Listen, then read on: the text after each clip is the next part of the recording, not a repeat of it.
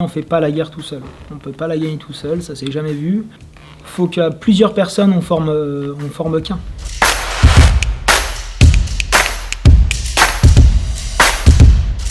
Je suis le sergent Aurel.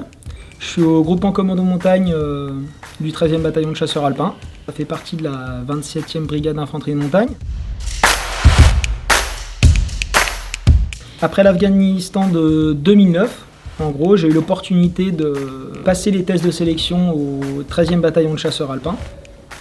Et les tests, ça se passe en gros, on fait 5 jours, une petite semaine avec des épreuves physiques, intellectuelles, morales, des équipements de passage pour savoir si on est à l'aise en montagne. Et à partir de là, on sait quelques temps après si on a été pris ou pas, sélectionné, pour après aller rejoindre entre guillemets tous ceux qui ont réussi les tests de tous les corps de la brigade. On se réunit tous pour justement attaquer la formation qui dure environ 3 mois.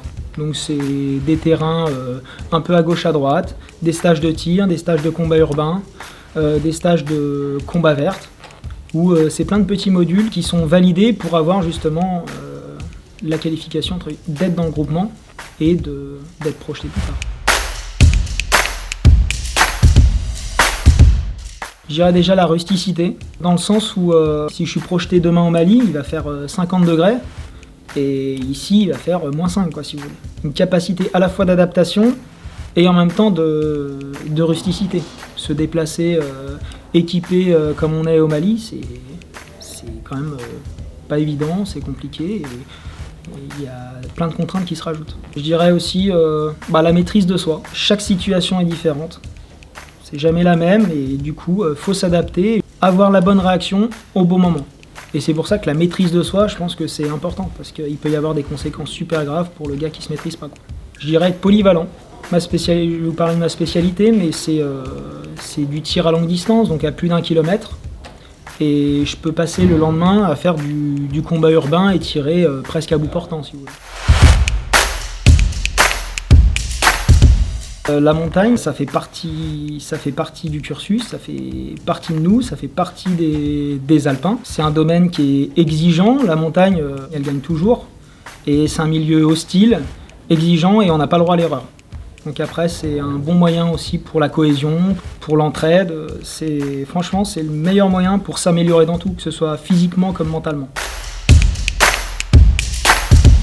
L'événement qui m'a le plus marqué, je dirais que c'est l'Afghanistan 2009. Voilà, dans la région de Kapisa, où j'ai connu mon baptême du feu. C'est 6 mois à enchaîner pas mal de missions, à faire ce pourquoi tu t'entraînes et où tu prends conscience du risque. Donc on a juste conscience de quand ça se passe mal, le retour à la réalité, il se fait, on le prend en pleine gueule, quoi.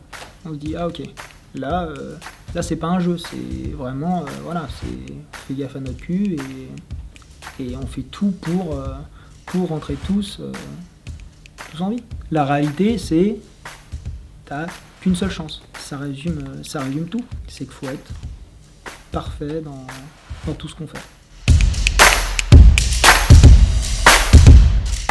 La mort, on y a tous pensé, forcément. Peur de la mort, je pense pas. Enfin, en tout cas, j'ai pas peur de la mort pour mon cas. Mais en étant militaire, quelqu'un qui a peur de la mort, faut pas qu'il fasse ce métier-là. Parce qu'on est conscient des risques qu'on prend en permanence dans toutes nos activités. Le parapente, la montagne été, hiver, nos stages, nos entraînements à balles réelles.